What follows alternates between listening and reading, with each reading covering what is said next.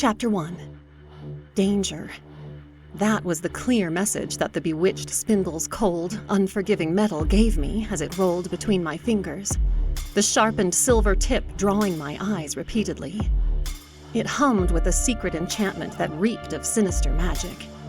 I could almost smell the acrid poison that I knew was concealed within the needle, waiting to render its victim incapacitated with unimaginable pain, as they were transported to the alternate world in which my people were being held hostage by a demonic genie.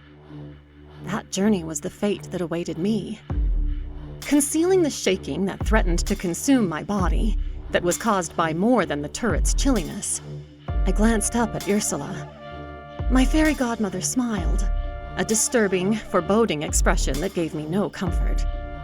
When I had requested my coronation gift to be something to help end the plague and revive my people, I didn't anticipate her solution to be so evil. Tell me again what I need to do. The forced calmness of my voice hid the terror that urged me to flee, shrieking from the lonely tower room. Ursula had already enumerated just how excruciating it would be, and I paled at the thought. Once the potion enters your body, you will be put into a deep sleep, just like those trapped in the dream realm. You'll be able to return and bring one person with you. She handed me 2 additional identical spindles. These are for you and your brother Waylon's return journey. Easy as that. None of this sounded easy to me, but the thought of my gangly older brother sustained me. I numbly accepted the silver spindles, my fingers curling automatically and bundling them into scraps of fabric to avoid inadvertently pricking myself, then swept my cloak aside and tucked them into my dress pocket. If only they provided the calm assurance that they would return me once my mission was completed. They'll stay with me when I go to the dream world? The last thing I needed was to be stuck in the dream world and leave Tareen airless. Correct, she confirmed. It'll be painful, but you'll be able to go find your brother. I could endure anything if it meant bringing Waylon home. For years, I'd spent every spare moment studying both genies and the mysterious illness that plagued all of Tareen. When my father unexpectedly took ill and passed away a year prior, my mother fell into a deep depression.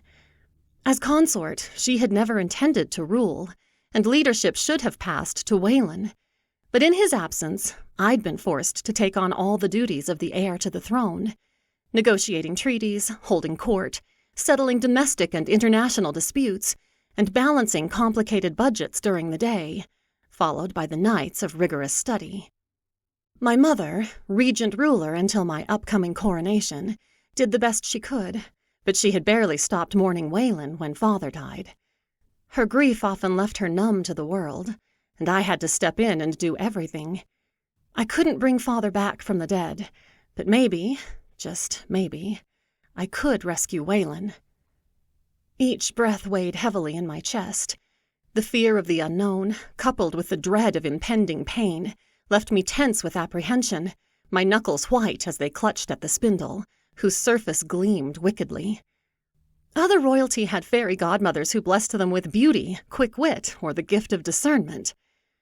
True, once I learned that Ursula was capable of granting such a wish, I'd been the one to ask for a way in and out of the dream world, where all of the victims of the Eternal Slumber were being held.